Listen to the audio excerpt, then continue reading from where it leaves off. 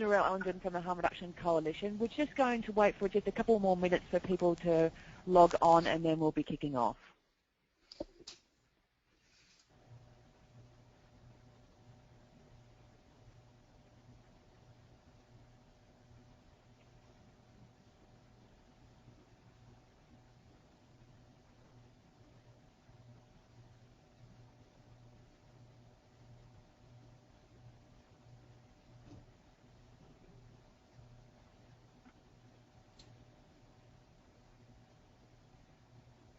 It's Narelle Ellenden here from the Harm Reduction Coalition, and I'm here with Emma Roberts, who's also with HRC in the New York office.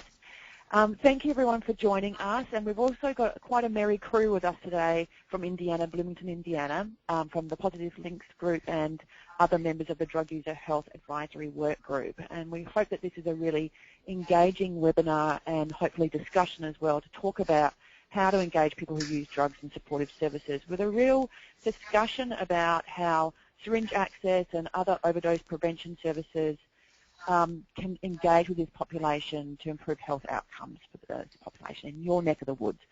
So we're all going to be chiming in, so you're not going to get bored of one voice, we hope. You're going to have a bunch of us sort of speaking to you about different parts of this issue.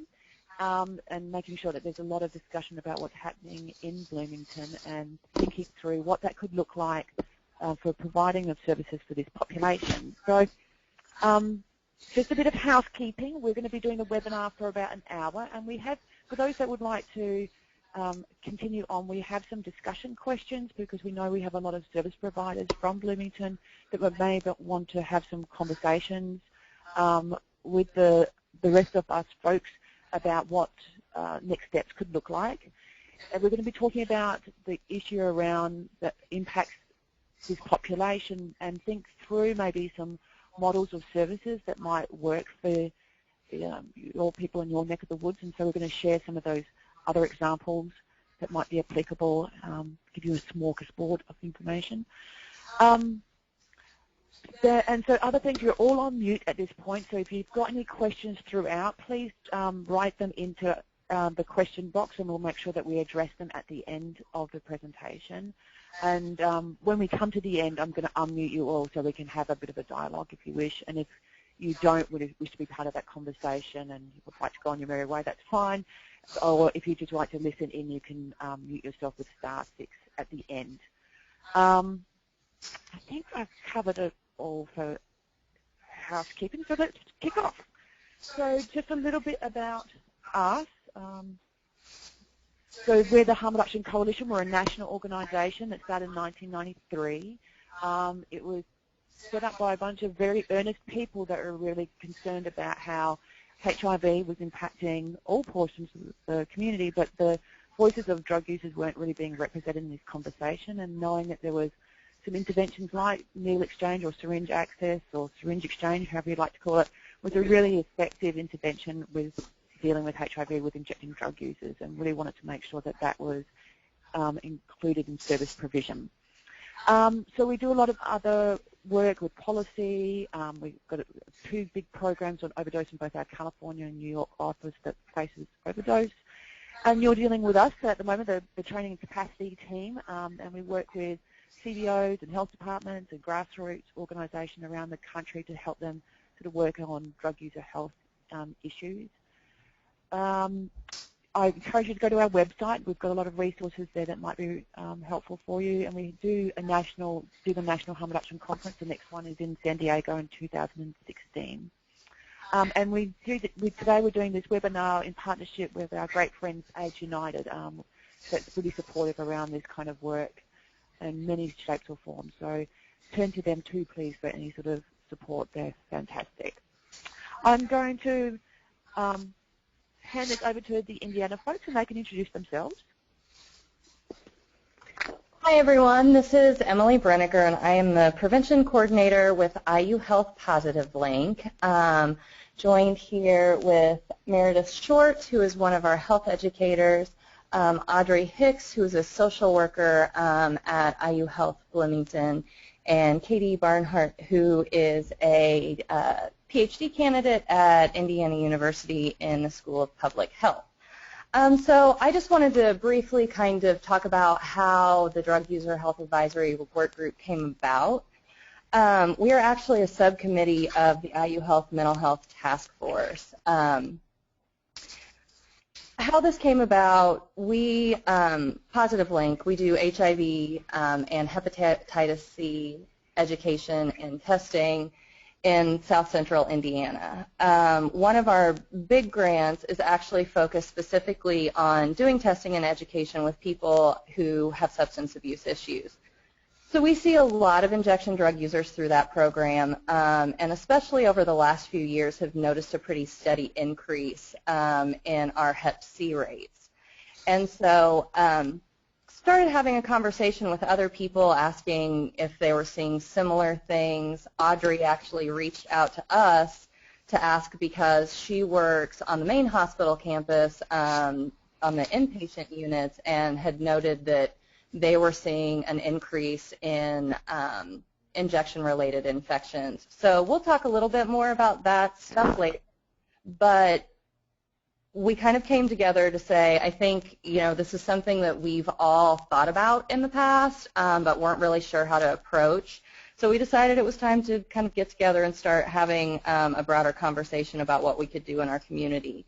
So we also have, as part of our work group, FISTOP is a new local grassroots outreach organization that does a lot of street outreach to the homeless population, basically just providing really basic necessities, toiletries, clothing, that kind of thing. So we have a couple of them on board. We realized pretty quickly that we had no idea where to start, which is when we reached out to the Harm Reduction Coalition and were able to get some capacity building support through them in order to kind of see where to go from here. One of the first things we started talking about doing was a community needs assessment.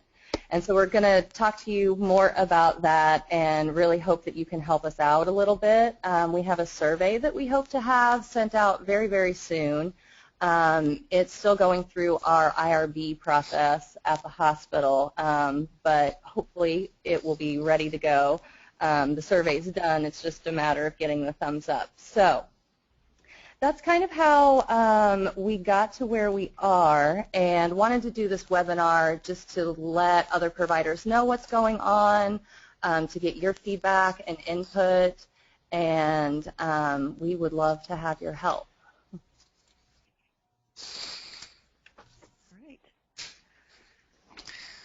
Hello everyone, this is Emma Roberts, also from the Harm Reduction Coalition. I'm a capacity building manager here, and I've also been the program director for a mobile syringe exchange program and mobile medical and dental program here in New York. So you'll be hearing my voice also on and off throughout the webinar. So just to quickly run through the agenda of what we're going to cover in the next 45 minutes to an hour is, we've done our introductions. We're going to look at a definition of harm reduction in brief, and then defining the problems that the populations that we're working with are facing and how harm reduction can be used to address some of those problems. We're going to take into consideration some national and local contexts of syringe access and overdose prevention programs, the benefits of syringe access services, some programs and models, and community outreach, and also we're going to introduce the survey that Emily just spoke about. So that's today's agenda, and then just moving to the next slide. Just a quick glossary of terms, just in case you're wondering what some of these mean if you see them throughout or hear them throughout the webinar. So we're moving towards using definitions and language that puts people first. So we're moving away from using terms like drug addicts or drug abusers or drug users to people who inject drugs and people who use drugs, so that we're seeing them as a person first. And that's part of our approach to addressing the labelling and stigmatizing that a lot of our participants and patients experience. Also, you might see the term PLWHA, which stands for people living with HIV and AIDS.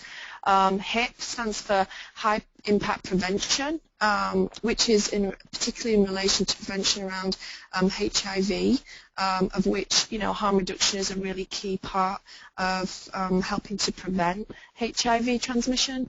SUDs, substance use disorders. HCV is a term for hepatitis C. You may also hear HBV and HAV, which stands for hepatitis B and hepatitis A, but we'll be talking quite a lot about hepatitis C transmission as well today. And Narcan and naloxone is the medication that's used to counter the effects of opiate overdose. So as part of reversing someone who's in an overdose, we can give this medication to them to bring them back. So just a brief working definition of harm reduction. So what we talk about the Harm Reduction Coalition and the work that we do is that it's a set of practical public health strategies designed to reduce the negative consequences of drug use and promote healthy individuals and communities. And when we use that definition, what we're talking about is that, you know, we're using an approach that's not necessarily hinged on just an abstinence approach to working with people who use drugs. We might be using a whole host of recovery goals from, you know, using more safely through to cutting down, through to abstinence if that's someone's choice. And we also recognise that somebody's drug use operates along a continuum of maybe very chaotic programmatic use to very functional use right through to complete ceasing of use. And that we use a non-judgmental and non-coercive approach when we're working with people, but that we don't, you know, we're not condemning or condoning drug use.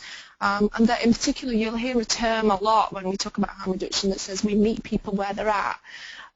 In terms of, you know, what they define as their recovery goals or their approaches to safer use. But in meeting them where they're not, we're not necessarily leaving them there. So if we move to the next slide, what our goals are when we're working with someone from that perspective is to, you know, help promote increased health and well-being, increase their self-esteem and self-efficacy, particularly because what we see in this population is, you know, real impacts of stigma and isolation. We want to help them have better living situations, to use drugs more safely if they're continuing to use, you know, and to if they define their goals as reducing their drug use or moving to abstinence, that we work with them, you know, in a patient or participant-led manner towards that. So then we're going to hand back to Narelle, who's going to talk a bit about the problems. So yeah, we want to sort of establish what we're seeing around the country when we and with these issues that related to people that inject drugs and others. We seeing this problem isn't going away. So this is from CDC. This is each year that 8,000 people get newly infected with HIV and 17,000 with hepatitis C, and that's accumulating. And so this is an alarming trend that we're seeing, and we've seen there's some real upticks, especially with hepatitis C cases since 2006, with a real focus with younger populations like the 18 to 29-year-olds. There's been a real increase of hepatitis C cases there, and we're going to talk a little bit about that because that may be quite relevant to Bloomington as well. And over the years, you probably all have heard in the news that there's been the overdose is now the leading cause of accidental death. So above, you know, car accidents and other sort of accidental deaths, overdose is the leading cause, and we're going to discuss that a little bit further too. And just to add some more salt to the wound, I like to talk about the doom and gloom, is that so for about a third of everybody that is HIV positive, they also have hepatitis C. So we're dealing with a population that may have comorbidities, co-infections that impacts their health outcomes as well. And so just to reinforce some of these concerns about hepatitis C, and there's been some real change in the demography that's happening around the country. So, you know, from about 2006, we've seen these changes. There's been this increasing, about 50% increase of hepatitis C cases, and it's changed. It was used to be more rural, urban areas, but then we're seeing more in rural and suburban areas, and there's about equal now between women and men that we didn't see before.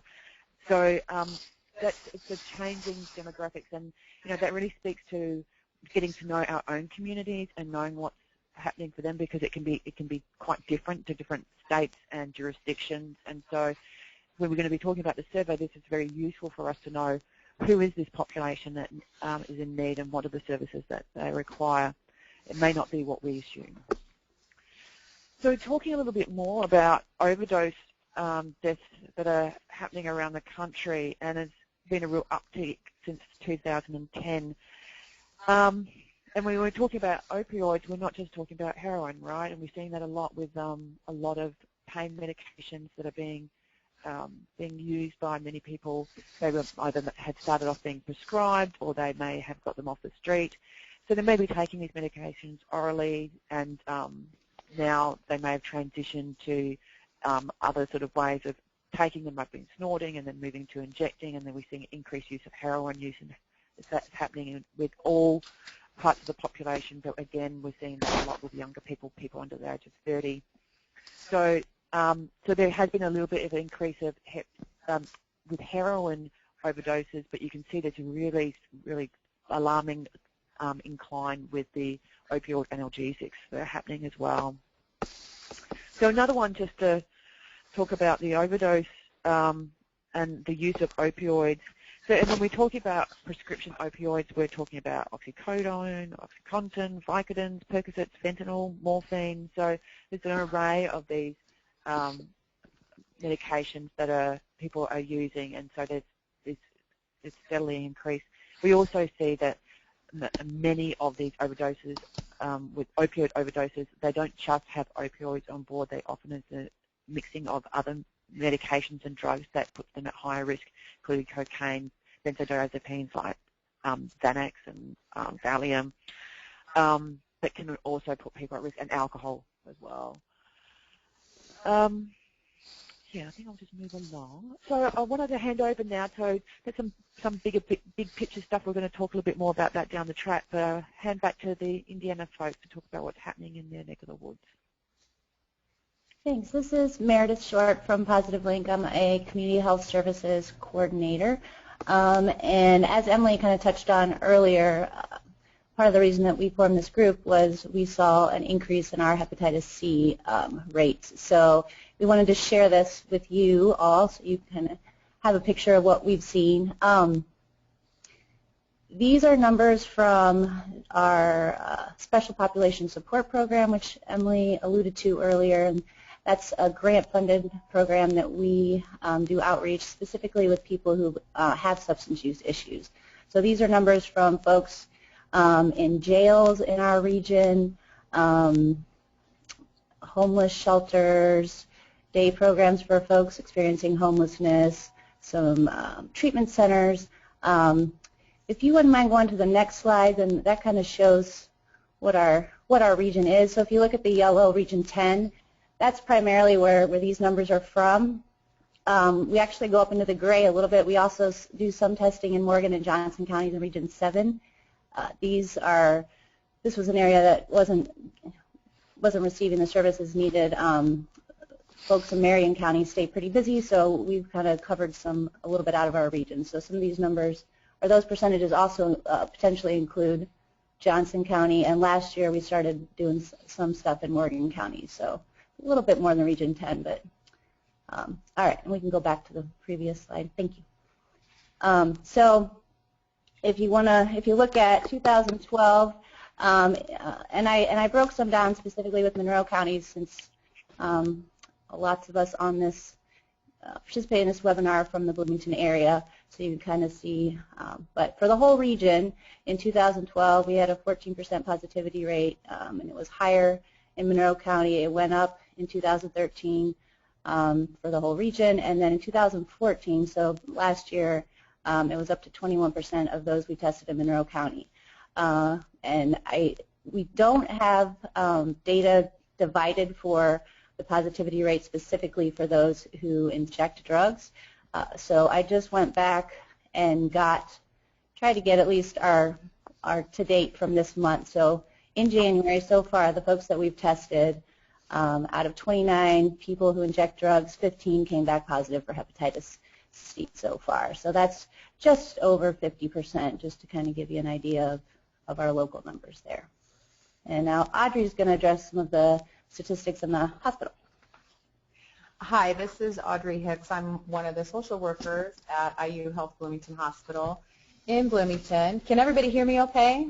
I hope so. So what I was going to talk a little bit about is the next slide. So these are just some numbers from our hospital. In basically, just a little bit of history about what I do is I'm one of those social workers. I'm mostly on the medical surgical floors. So these numbers that I have put together are from the inpatient visits to the hospital.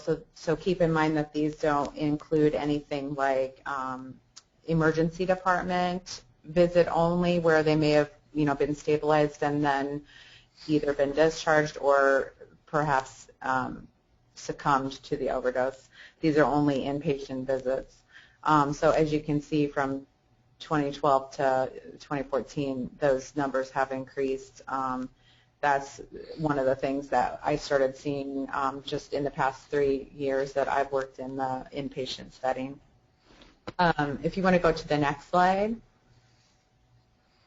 This is, in particular, one of the most challenging things that we see in the hospital, because a lot of the patients that are admitted with this arm and hand cellulitis and abscesses from injections, and actually some of these numbers also include leg and ankle abscesses. So as you can see from just 1 year, that number has increased quite a bit. And I think the most challenging aspect of this is that a lot of people who are in our community that have injection drug use are without insurance.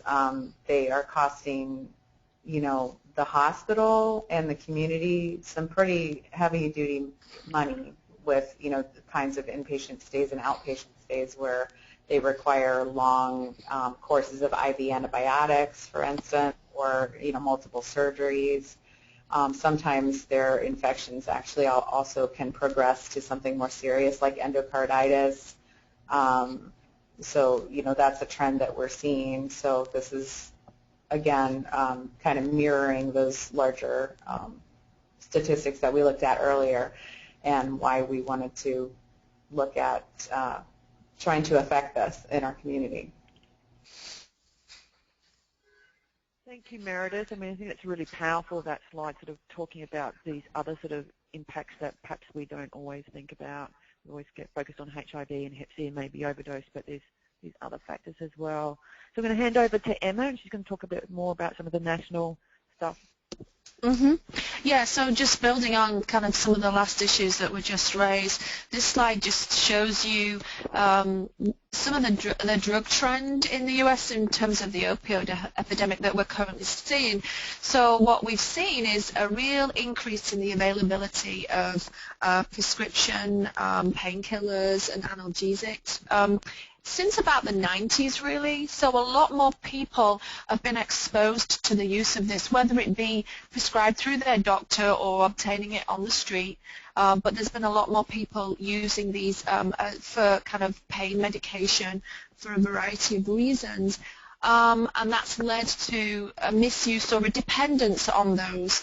And especially what we've seen most recently is, as there's been a lot of press and concern at a national level about doctors over-prescribing these painkillers, there's been a clamp down on that, and lots of doctors becoming very fearful around prescribing them too much.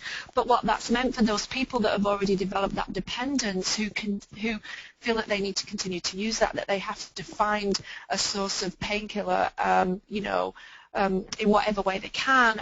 So what we've seen is this transition to a lot more injection of heroin when folks either can't get the oral painkillers that they need to get, or it's cheaper for them to buy the heroin because they can't afford to buy the painkillers they were buying before. So there's been this this big movement towards injection drug use, and we've seen that across all sectors of the population, and there's a lot of concern around an increasing number of younger injectors that we're seeing nationally, so there's a lot of focus on that right now.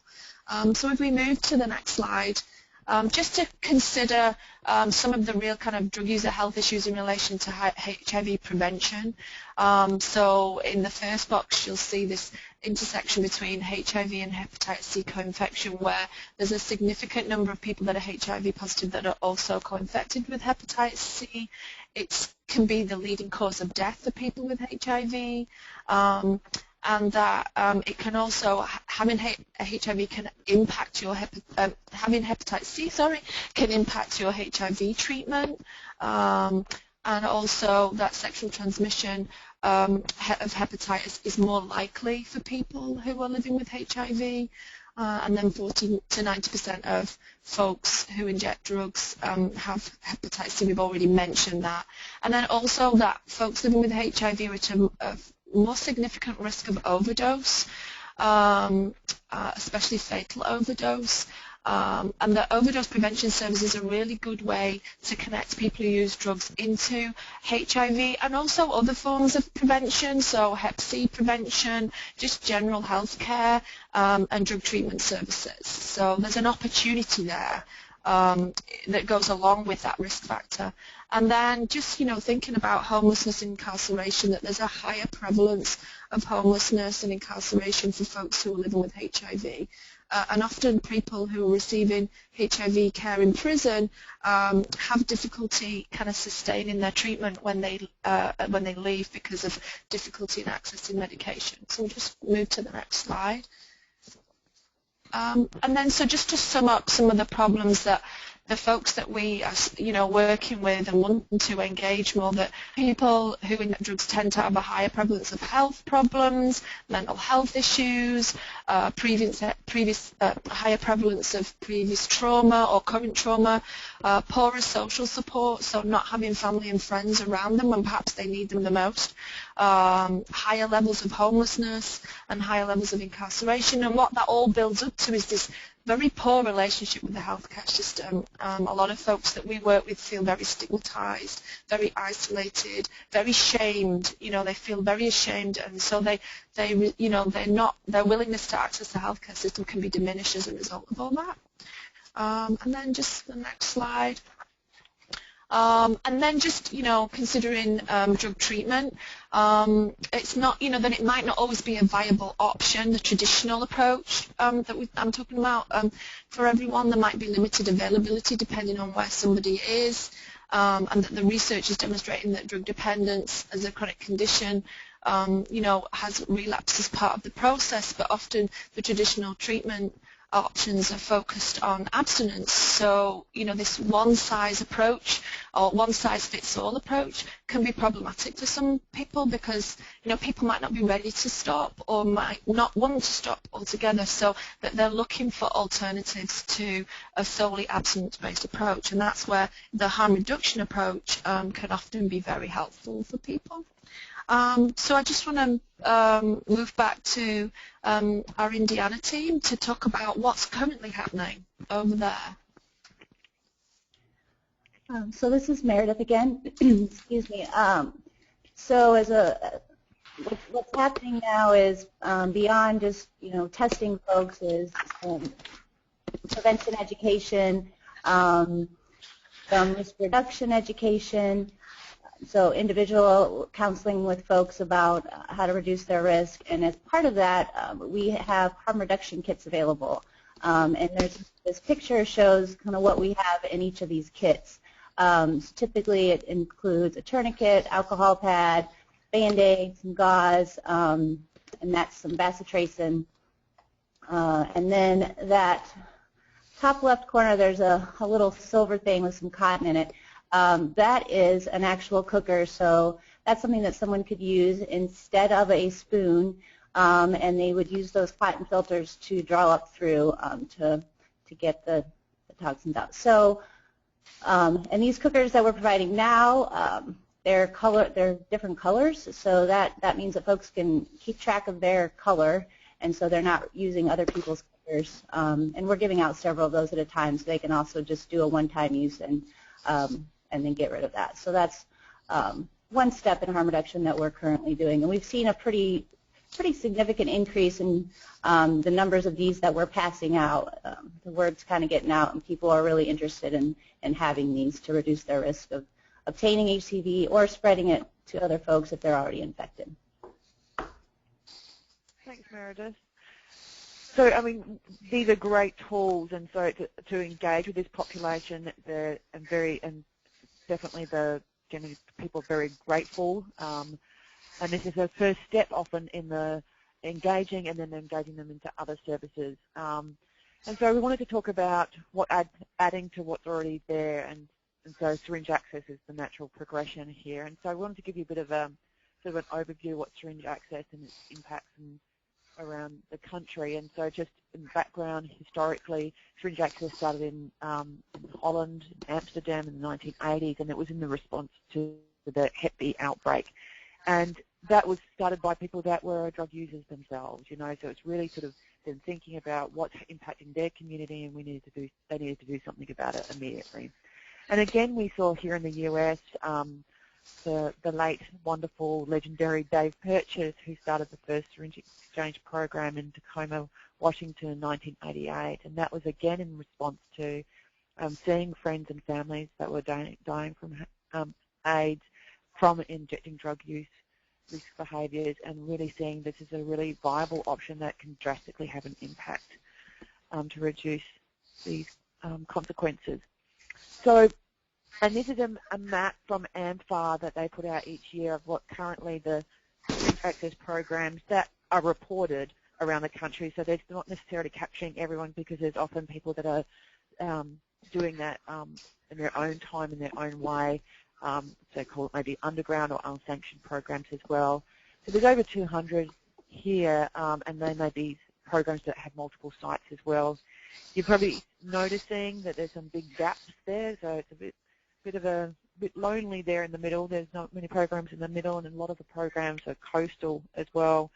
And we noticed too yesterday when we were running through that when you probably were looking at Indiana there, and there is a small program in Indianapolis. The first little line there was actually going to Michigan, so we'll talk to AFR about that, but we tried to put a little line to make sure it was actually going to Indiana.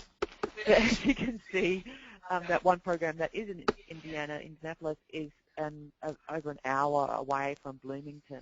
So, there's a lot of gaps here. And so, we've got a lot of work to do. I mean, it's definitely, this is not representative of where the injecting drug users are. This is just where the programs are, and we know that they're everywhere, and they're all parts of our communities.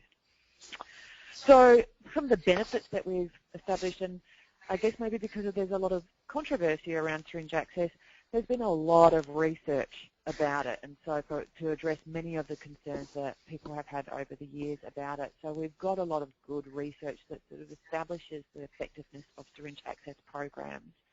And it's probably the most researched evidence-based HIV prevention tool with people who use drugs.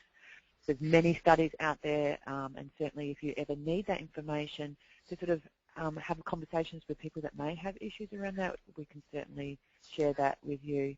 So we're just going to move along. And so one of the examples that we often use, and here in New York in the early 90s, over 50% of all injecting drug users had HIV. I mean, it was a very startling time. But also around that time was when syringe access programs got sanctioned and authorised to be. There was some that were already operating just at a very small scale, but that's when they really got rolled out, and the health department provided a great deal of support in rolling out programs.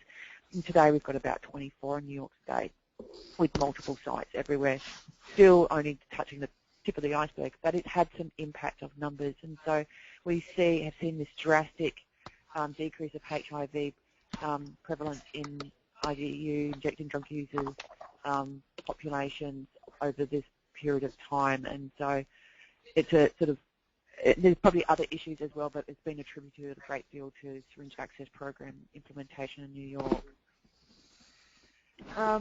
So we see these drastic reductions in HIV, but there's not so much as shifts with Hep C. There's some, but there's some factors to keep in mind around hepatitis C. They're both viruses that are transmitted by blood, but we know there's some differences with hepatitis C as well. So we know with HIV, by just having your own sterile syringes, you're pretty good at a good chances that you're not going to get at HIV. But the other equipment that may also be shared when it's part of the injecting process that may be contaminated with hepatitis C is still a point of possible transmission for people that inject drugs, and so that's really alarming. And we see that still a third of injecting drug users report sharing of syringes and other equipment. And then also, as time goes on, the longer the time that you've been injecting, that puts you at higher risk of actually acquiring hepatitis C. And if you're just thinking about if you have a network of people that inject together, there's more likely that you're going to have more people within that network that are already infected with Hep C, which increases the likelihood of others getting it as well. And also just to keep in mind when the sharing or reusing of syringes, when Meredith was talking about some of these other negative consequences of injecting, like getting abscesses and other sort of injuries from injecting, it's not just about sharing, but it's also increasing other sort of infections that can have some drastic consequences. Okay. Off to Emma. There you go. Thanks, Narelle. So I'm just going to kind of go over a few slides that look in a bit more detail about the benefits of syringe access. So one of the things we like to say is it's not just about syringes, the collection of used syringes or the giving out of clean ones. Syringe access programs do a lot to connect those really difficult to reach populations to more services, so drug treatment, medical, dental, and mental health services, and I certainly saw this in my own experience when I was running syringe exchange programs and then running medical and dental, that we were able to connect people more easily through their connection with the syringe access programs, counselling and referral services, case management, HIV, Hep C services, housing services, community building, overdose prevention, and prevention for non-injectors. So we might also be engaging people who use drugs who are not injecting. They might be smoking crack or sniffing drugs, and we can provide prevention services and education and materials for those drug users as well. So it's really important. It goes back to what I was saying about a lot of people become disconnected from mainstream services, and syringe access programs can be a really key link to reconnecting folks to what they need. So the next slide is just talking about the cost effectiveness. So if we consider how expensive it is to treat people who are living with HIV and hepatitis C, you can see the figures there on the screen, and even the new treatments for hepatitis C that are offering a real hope, a lot of hope for people, because we can now talk about a cure for hepatitis C. It's $1,000 a pill, so we are seeing some barriers for folks when it comes to getting prior authorization from the insurance for the insurance companies to cover them. But what we do through our programs is a lot of work to help them overcome those barriers, and also to help them overcome the myths of hepatitis C now around the side effects and the length of treatment, that they don't have to suffer that anymore. So really helping them to kind of learn about the new treatments. And the equivalent amount of money spent on syringe access could really help to prevent lots of new HIV and hepatitis C infections. And the approximate cost of a syringe is about 8 cents, so it's a very kind of cost-effective intervention. And then just thinking about the wider community, so when we're thinking about the reduction of needle stick injuries, what we know is that about a third of police officers will experience a needle stick injury during the course of their duties. So when we've been talking to police officers about bringing syringe access programs into the areas that they police, this has been a really key piece of information for them in terms of knowing that it can help to reduce it. And there was a small study in Connecticut that showed that there was a 66% reduction in those needle stick injuries for police officers, And also, you know, the wider community beyond that. I've had community board members talk to me about how grateful they are that there's no longer needles in the local play park and children can go back and play there because, you know, we've been working with our participants to make sure that they don't discard them in the wrong places and they bring them back to the exchange. You know, so that's just thinking about the wider community impact. And then just the next slide is, you know, some of the myths about syringe access, some of the things that people in the communities that we serve can be very concerned about. You know, is it going to increase and encourage more drug use? Well, actually, you know, if we're working with people to use more safely and reduce and stabilize their drug use, then no, it's not. And also, when people are doing that, actually maybe they're committing less crime because they don't need to fund as much of their drug use because they're using less. So we can actually see a decrease in crime rates. And as I just mentioned, you know, we see a reduction in discarded syringes because those syringes are coming back to be safely disposed of at the Syringe Access Program. We don't see an increase in needle stick injuries, we see a reduction. So I'm just going to hand back to Narelle now. She's going to talk through you some of the models of syringe access and what they look like in different parts of the country. Thanks. So we wanted to give you an overview of what different models of syringe access programs can look like, and you know what not all communities are the same, and what we see when even in places that, in comparative to other parts of the country, say like New York or California, they seem to have quite a number of syringe access programs. We're still only seeing less than 20% of the injecting drug use community. And so they're not because they're getting it from other places, they maybe buy them from pharmacies, but we know that we still have work to do. And often it's a case about thinking about a variety of different models to reach different communities in different ways. And so I wanted to run through this because so you can get a sense of some possible options when thinking through what might work for Bloomington. So I'm going to run through some of these. So storefront syringe access, so it's a static site, and we want to go through some of the pros and cons. And just to keep in mind, these are sort of some generalised pros and cons, but when you're thinking about models, it's also about your resources that you have as well, and what you can get approved in your community. And there's also just recognising some of these cons, and you can work on them as well if you need to. So this is in LifePoint in Tucson, Arizona. So they were a great program that was, so they were in-house. They had a lot of other wraparound services so they could easily refer in-house, one-stop shopping for people that come in the door for the syringe access. They can go for other things. There's shelter when you're doing other sort of programs. The weather can have a huge impact, but not so much for this fixed site. Create some privacy, so rather than if you're as a van and somebody just comes by, then they can maybe be seen, and they would prefer not to be seen by other people walking by that they're accessing the syringe access program. And you've got storage. You can create maybe a safe space for people just to have a rest, you know, for a while from other things, and you can engage with them and spend a bit more time with them. There are some cons. So, you know, sometimes it's part of other sort of complexes or has other requirements around when you can be open and closed, and that may not necessarily be at the best times for the people that would like to use your services. They need to, the participants come to you, and so, you know, well, that motto, harm reductions, meet them where they're at, well, sometimes you just can't go there where they're at, and so they have to come to where you're at. There can be high overhead. You've got to do rent and upkeep, and also you have a fixed spot.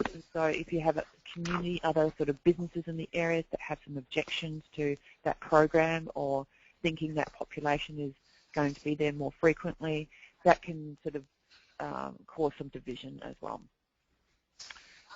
So street-based, so we've done a lot of work with the Chow Project in Hawaii. It's a great place to do some work, by the way.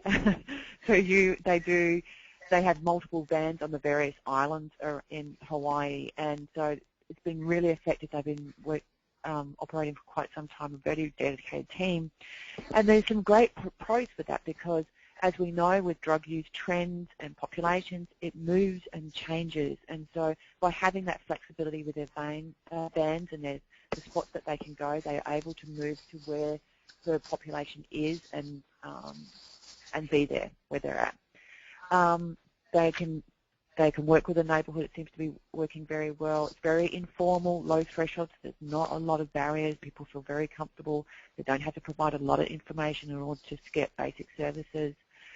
But it's difficult. It's difficult to add some auxiliary services. So if you wanted to start doing Hep C testing and HIV testing or wound care, it can sometimes be difficult. People make it work though. They'll put a number of services on the stand, but it can be a bit of a barrier for people to get that going.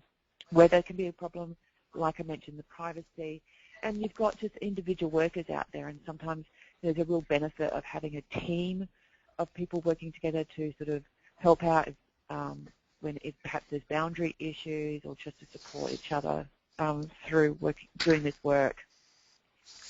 So other kind of programs, you hear the term peer-delivered syringe exchange or syringe access. It's sometimes called secondary exchange or satellite exchange or gatekeeper exchange. So there's a number of terms that are used in different programs around the country. So up in upstate New York, the Southern Tier AIDS program in Ithaca and Johnson City, they've got peers, and they're peers that are part of that community, so they may be still using themselves, and that makes them great to be part of that network, so they're connected. They know that what the current use is like and what issues that come up for people. They can reach groups of people that don't wish to come to the programs, and so that allows for a way to get into those networks. It sort of builds up people that have maybe been not included in service delivery in the past, so they have full ownership of the program, and they develop more skills that they can apply elsewhere. We have done drastic increases of volume of syringe access by using peer-delivered syringe exchange here in New York. I think it's actually it's exceeded what we do with our existing other programs, so it's had a huge impact of reaching populations we didn't reach before.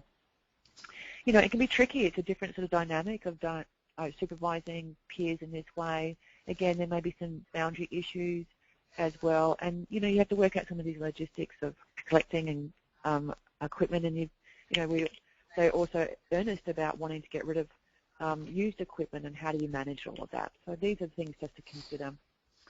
And there's underground syringe access programs, and they probably in your own neck of the woods you might have some, but with an example was in Austin, where there's some real legislative barriers to actually starting syringe access. People are working on that, but they still haven't made much headway as yet. So, but a program in Austin has been working for over a decade. And they've had some understanding with the local law enforcement, so that doesn't hinder their practice.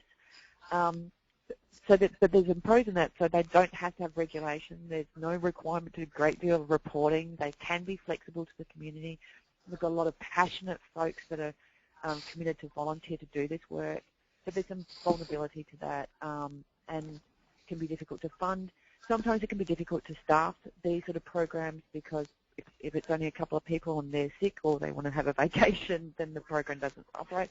But in other places they have a great stream of volunteers and people that are very committed to do this work, and so they have no shortage of staff and volunteers to do this work.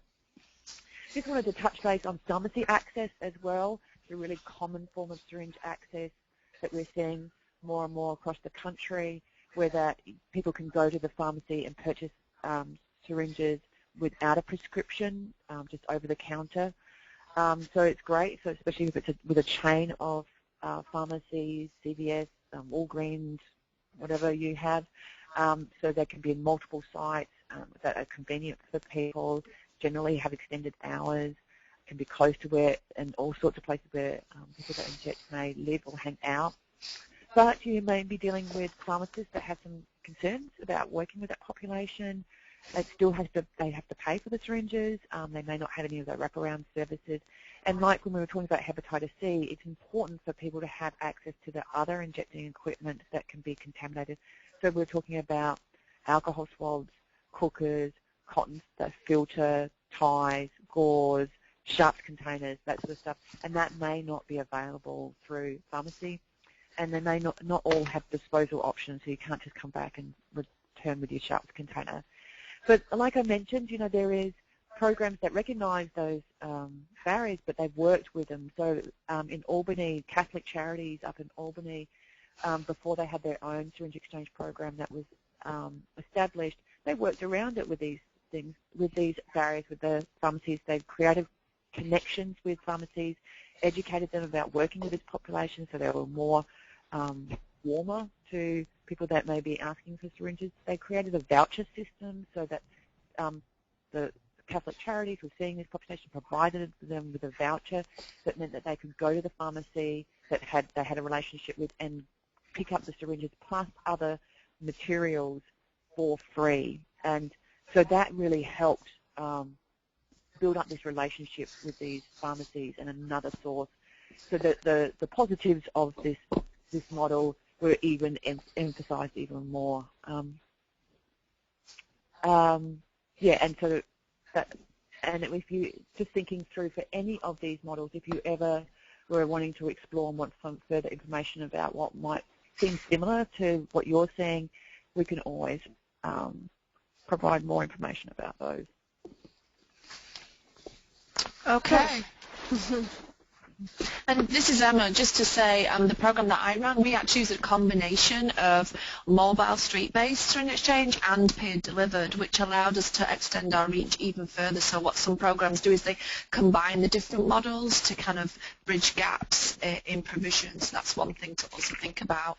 And just thinking about the equipment, Narelle mentioned this, we've had mentions of these before, the different types of equipment that we give out beyond the syringes, because, you know, we want to prevent transmission of hepatitis C in particular through the use of other injection paraphernalia. We also provide health education literature, the Narcan kits, which are the overdose prevention kits, and other prevention equipment such as condoms. And then moving to the next slide.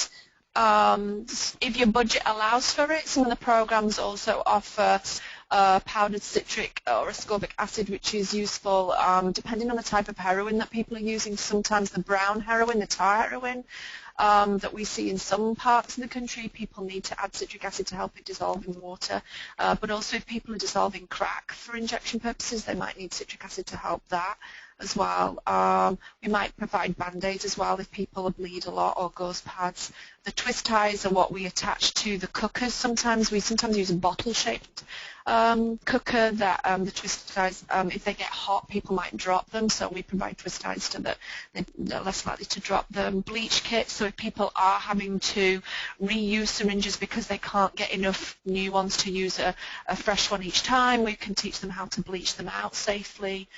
Fit packs or sharps containers, so you can see a picture there of the red ones. The fit packs are smaller pocket-sized ones that are useful, especially for homeless folks to carry around. Baggies and safer smoking and sniffing kits as well. So we've gone beyond just the injection drug use to offering safer smoking materials for people smoking crack or sniffing cocaine or other drugs. So that's just some of the examples of the equipment. And then the next slide, just to sum up some of the the characteristics of an effective syringe exchange program is that, they're ensuring that there's low threshold access to services, that people are not facing barriers to coming to see them. They promote secondary syringe distribution through peers.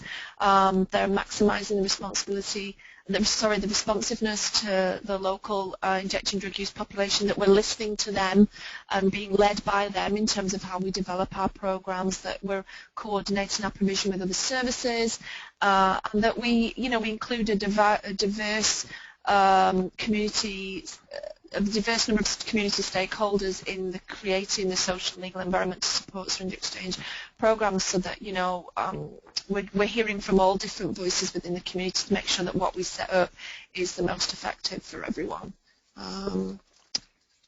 And then we're going to hand over to Katie, who's hopefully there, is going to give us an example of her syringe exchange program in Illinois. Hi, so this is Katie Barnhart. I'm actually working with a syringe exchange partner to do some research right now as a doctoral student, and so I wanted to include a little bit of information about them in the presentation today. They're located in southern Illinois, actually Belleville, Illinois, which is in St. Clair County, but they serve the surrounding counties, which are much more rural. It's really only about 4 hours, give or take the time change from here. And they're a fairly new program. They started in 2009, so about 6 years now. And when you look at the number of participants that they serve on there, it's really kind of amazing. In 2009, when we started that program, we started with 7 people who we knew we had access to, and really got the message out by word of mouth. And 6 years later, they have 593 participants who they identify as primary participants. So they're the ones who come into the program and actually interact, take supplies, and then also around almost 9,000 secondary, and those can be duplicated because sometimes they may get supplies from multiple other people, but around 9,000 other people who are receiving supplies from some of their primary syringe exchange partners, and then also not ever having to come into the exchange program if they don't want to, but still receiving some of those services. So some of that peer-delivered service that was talked about earlier. Their participants are about 88% white, and most of them, around 90%, are between the ages of 20 and 39, so fairly young group. They offer Hep C and HIV testing, and then also they do an overdose reversal training where they train individuals how to administer naloxone or Narcan.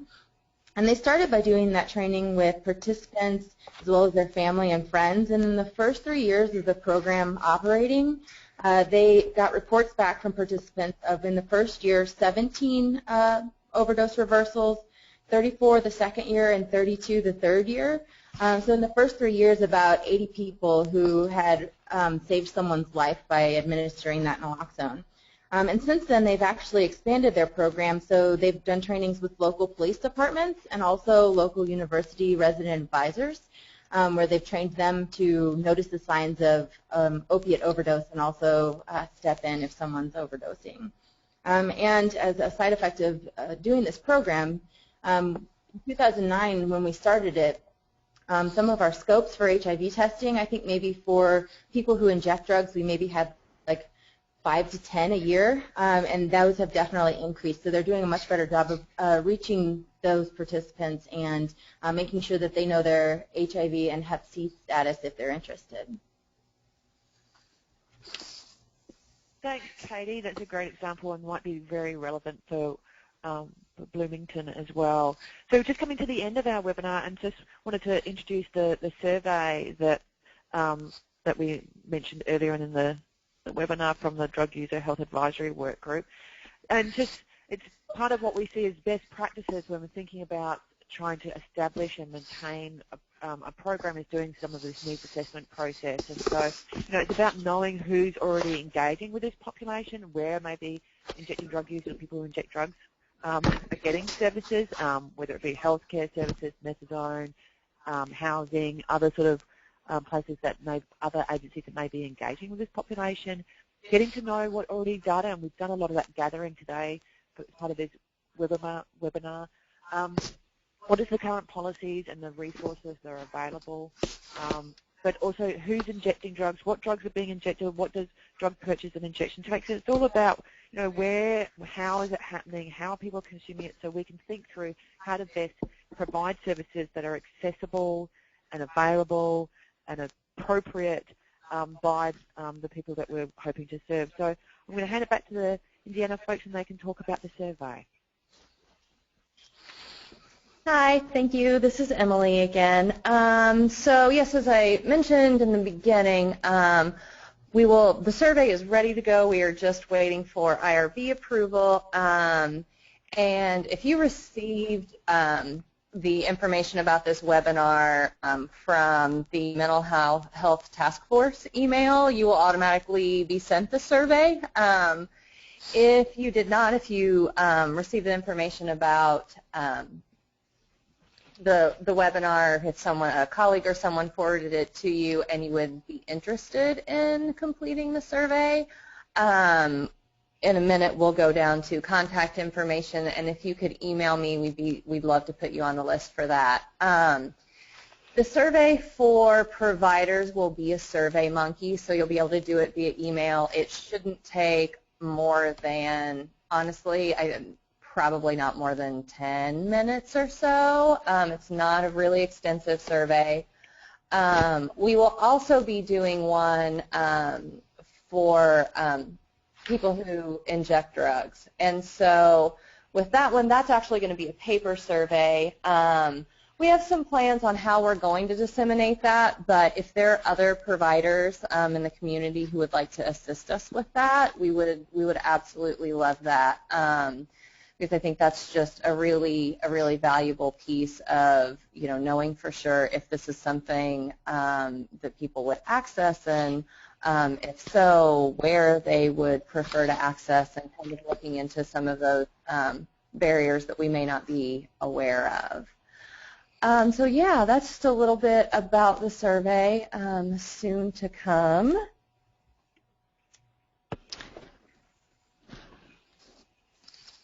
So from here, I guess we'd like to just go ahead and open up the floor for any questions. Again, feel free to type it in the chat if you're not comfortable speaking up, but I think that we're going to have all of the speakers unmuted. So if you have a question and would like to just throw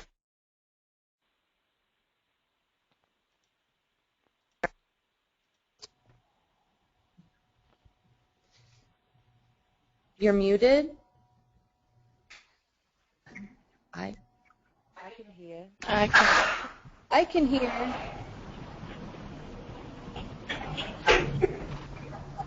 I feel like I'm hearing more people come on.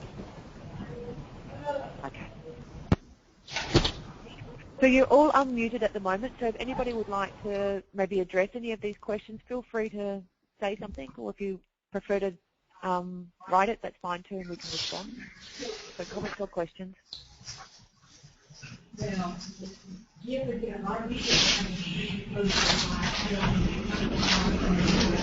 And if anybody doesn't wish to participate, if you want to mute yourself, just *6, and so that we can reduce some background noise.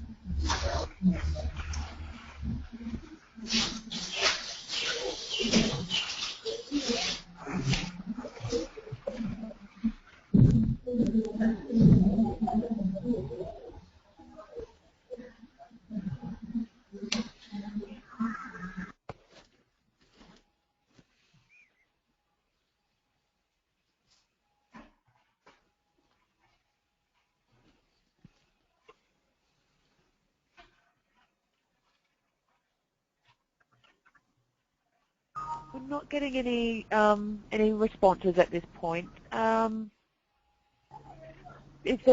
Maybe people have run out of steam, and maybe just some things to think about. The Indiana folks, do you want to sort of have any last comments?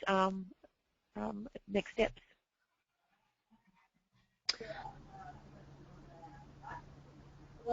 First of all, I'd just like to say thank you to Narelle and Emma with HRC and AIDS United for helping us with this. But then also, again, can you scroll to the next slide with the contact info? I think that's the last one. Yeah. If you have questions, feel free to email me. If it's not something that I can answer, I will definitely reach out to HRC or elsewhere. Also, if you'd like to receive the survey, again, feel free to email me at that email address, and I'd be happy to do that. I think just one thing I'd like to throw out there is just, this is something that again, what we do, we work with HIV and hepatitis C, and so this is something that, we've thought about and talked about for years, and I think for a long time we're really just thought that there were no possibilities, that this just wasn't something that we could make happen. And I think the more that we've learned and the more that I really appreciated, HRC's, all of the various ways different communities have done this, because there really are a lot of options. So yeah, just throwing that out there.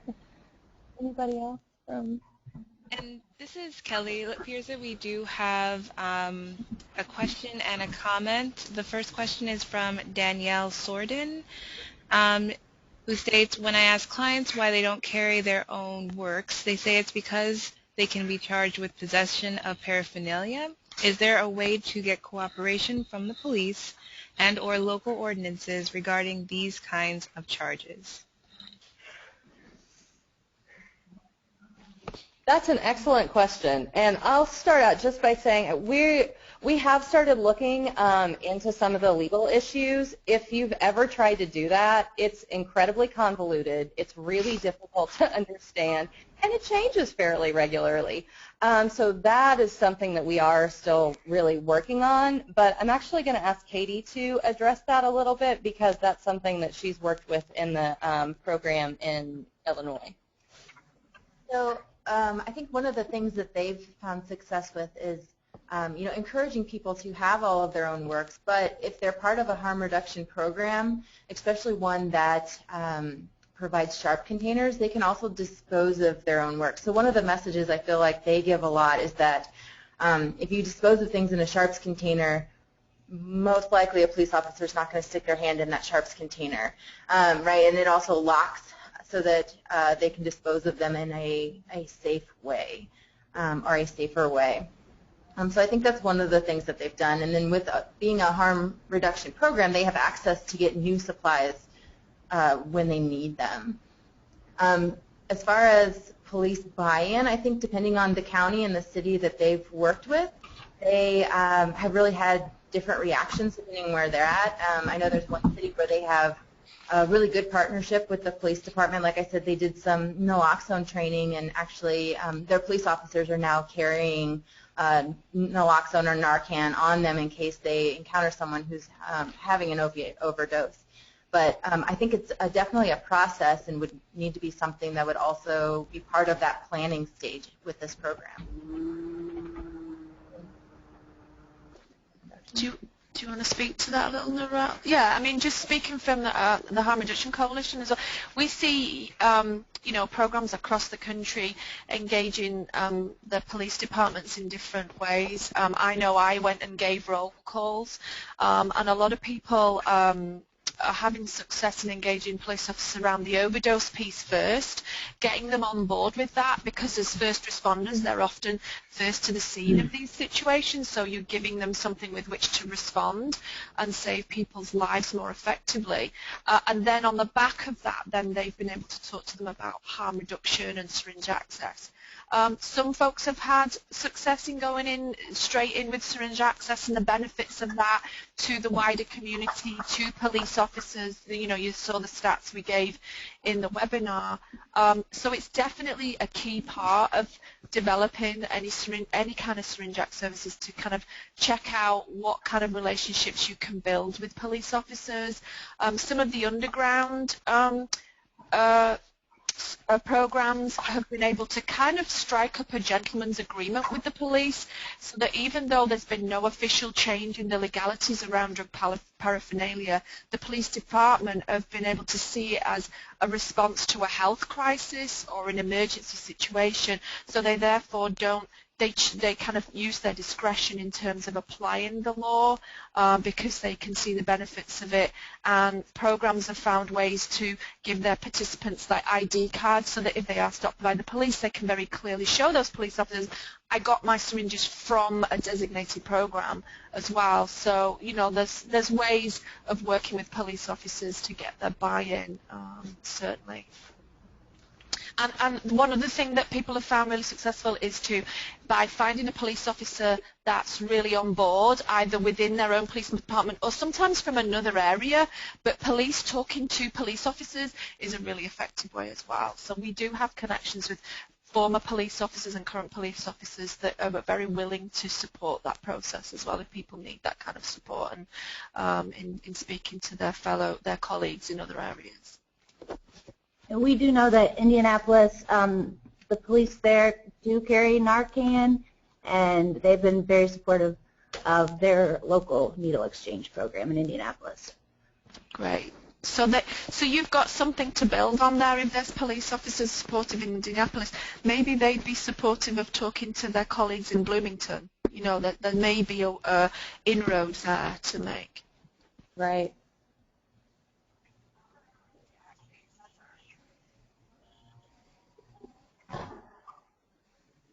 Any other questions?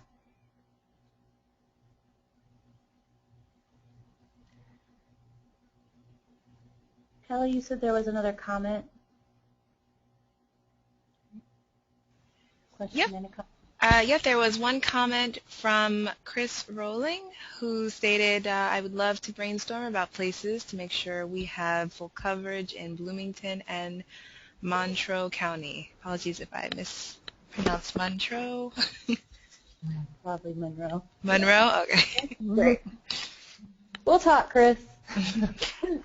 Yeah, is that something that's included in the survey, Emily and Meredith? Are you know, is that a question that you were already thinking of asking, or maybe you would add to the survey about geographical areas? I believe the way the question is worded currently is if you were to access, syringe access services, what area of town would you prefer? And then we divided it kind of to downtown area, east side, west side. I'm trying to remember how many options for sure. Side, rather than like really specific places, just to kind of gauge at least area of town with the survey. I think that's really helpful because, you know, people may be living and using in one area, but they might not want to get their supplies there. They might want to go to different areas. So, but asking where people prefer to go gives you a really good sense of where, you know, you might be able to meet the most people where they're at, you know.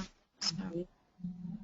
And just real quick back to the survey, sometimes things happen very timely because we just got an email saying that we're good to go with the survey. So, that's really cool. So we'll be sending that out soon. Just give it another look over, and hopefully, yeah, I would say I don't see any reason why within the next week we can't get that sent out. And I also didn't really talk about what we're going to do with the survey. So after we get those results, we hope to, you know, sit down and look at them, and still not entirely sure if we'll disseminate those results via another webinar, or if we'll try to, you know, put together a document or a PowerPoint or something that we'll just send out. But we will definitely be, we'll be releasing that information and kind of then trying to figure out what the next step is from there based on the results.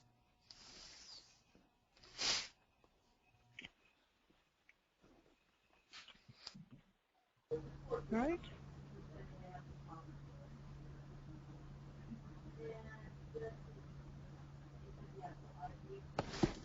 Okay. Do we feel like we've wrapped up? Any other further questions or comments?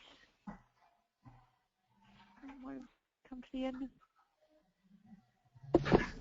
All right, everybody. Well, we'll call it a day. Thank you very much for your time. I think there's probably a lot of people having some thoughts, and maybe can reach out to Emily and the rest of the crew with anything that comes to mind down the track. And looking forward to hearing from you all in the future. Have a good one. Thanks very much, everybody. Thank you.